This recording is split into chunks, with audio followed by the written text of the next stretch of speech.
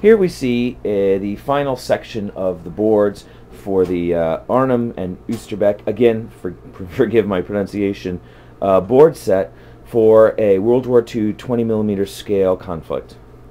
The boards shown here comprise the 6 that were shown in the previous board video, and the additional 3 are underneath this diagram, but I wanted to talk about the diagram, so I thought I'd start with it out on the boards, and then I can remove it and we can see how they reflect on the sheeting below.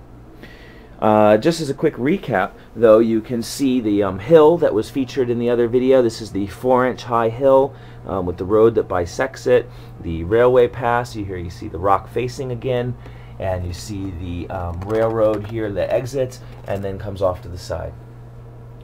In this video, I wanted to talk primarily about the materials that were used for the city, some of the advantages and disadvantages, why they were chosen, as well as to give you an explanation of the river and its current state. So first, the original proposal for the project, and I'm going to see if I can slide this on here for a second. The original proposal was to do the entire city section here. Now, the entire city section was expanded actually after the original drawings were developed for the road. So this is a full, almost a full 4 feet wide, 6 feet, or I should 6 feet long, as going this way up to the river. The river is 12 inches wide and has a 6-inch shoreline on the opposite side, so that's about 18 inches off. So you've got 4 full 2x2 boards to tile over, as well as some of the last 2 boards on the end there. That's a lot of area to cover, and in looking at originally doing it in the same material as was chosen for the roadway, it seemed as though it was going to be prohibitively expensive. The road materials themselves were beginning to get quite expensive, as it was such a significant length of roads that were to be laid down, and this area was to exceed all of the roads combined, so that it was going to prove quite a bit of a cost to do it with that material. So after doing some research, I looked online and I found that there's a Walthers product, I don't know if it's Walthers, or I think that's how it's pronounced, which is a prominent railroad manufacturing company for railroad modeling materials, and they sell styrene brick sheeting.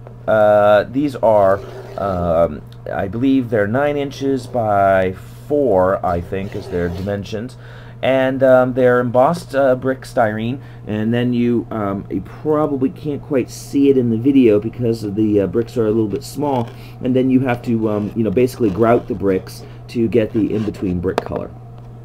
These were chosen primarily because they were easily half the cost of these, and in being larger, of course, they're also going to be easier to lay down, so there's going to be faster labor, I should say lower labor costs as well.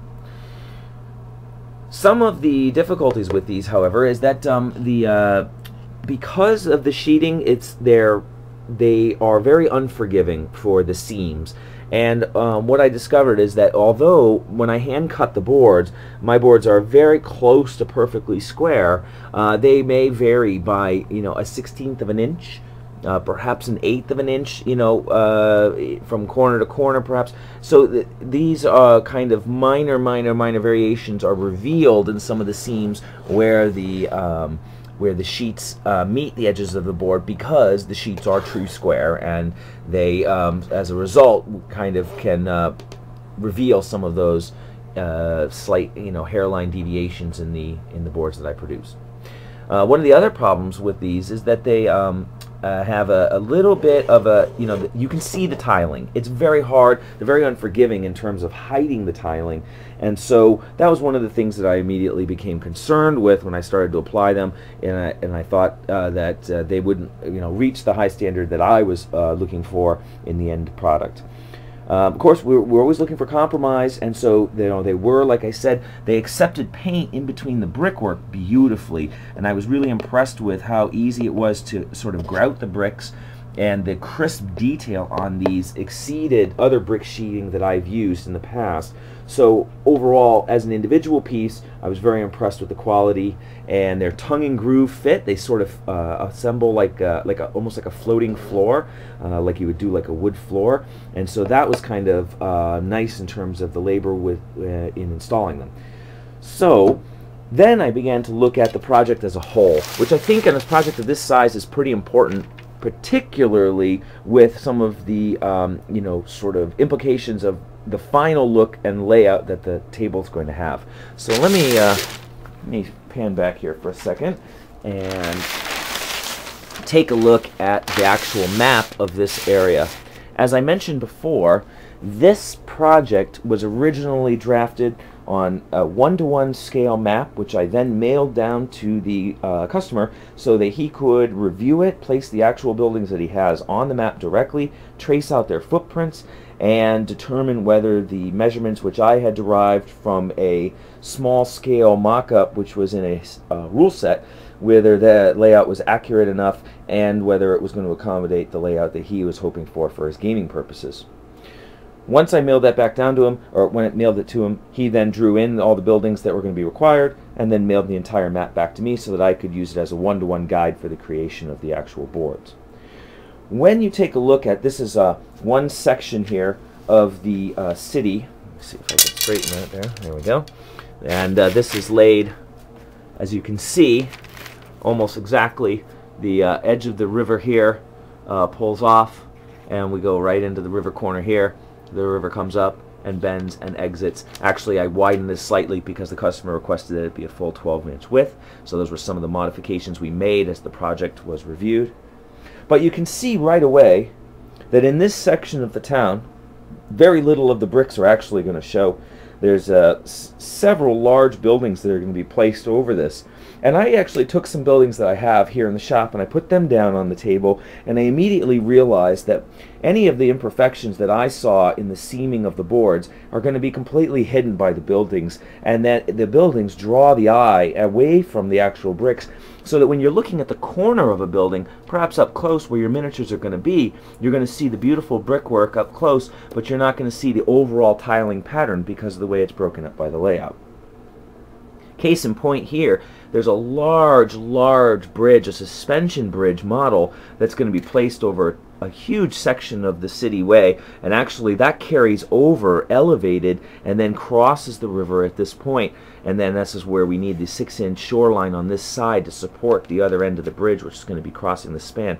So a lot of this is not going to be visible at all, and that immediately changed my perspective on how the layout was going to look and operate when it was received by the customer. I think it's going to be actually a fantastic playing area when I consider the actual layout. So finally, real quick here, a quick chat about the river. Let me pull this away here. A couple mentions about the river, its design. In the original pictures that I saw of the river, before I talk about the water here, I wanted to talk about the edge. The river I saw had a small walkway around it with a bit of a dock cut out in one section here, and I thought I wanted to recreate that as it added a really nice transition from the cityway to the water, and dressed it up a little bit. So what I did is I just put in some stone styrene sheeting. Actually, this is the same styrene sheeting that I used on the overpass, which I showed a video or two back, and but I finished it a little differently here. I gave it a wash to give it a quick finish that would pick out the stone detailing but not take up too much time, and also allowed me to give it some coloring without getting material onto the bricks nearby or into the shore. So this was a way that I could finish them attractively without too much labor because of the proximity to other materials that had already been finished. In addition, I put in a styrene walkway that would go the whole length of the river, and I gave that a couple coats of highlight paint, just a little bit of dry brushing to just pick that out, and that came out pretty nice. One of the things about the river is that I didn't want to leave it with its traditional smooth gloss coat resin finish that I do on most of my waterways. This is a sort of a special project, and I wanted to give it a little bit of a textured surface. So what I did is I applied a second material which I use to give it a rippled appearance and break up that smooth glass-like sheen, but it takes a few days to cure, and actually, as you can see, it's not quite finished. All of these spots that you see that are white are going to cure probably in about 3 days or so, although I'm using a new technique to try to accelerate their cure time, which I think is successful. As you can see in here, it's a little bit more cured already, and so I think I can actually get these cured fully within the next 24 hours, and then that will allow me to be able to do the photos tomorrow so I can get this into the mail to the customer.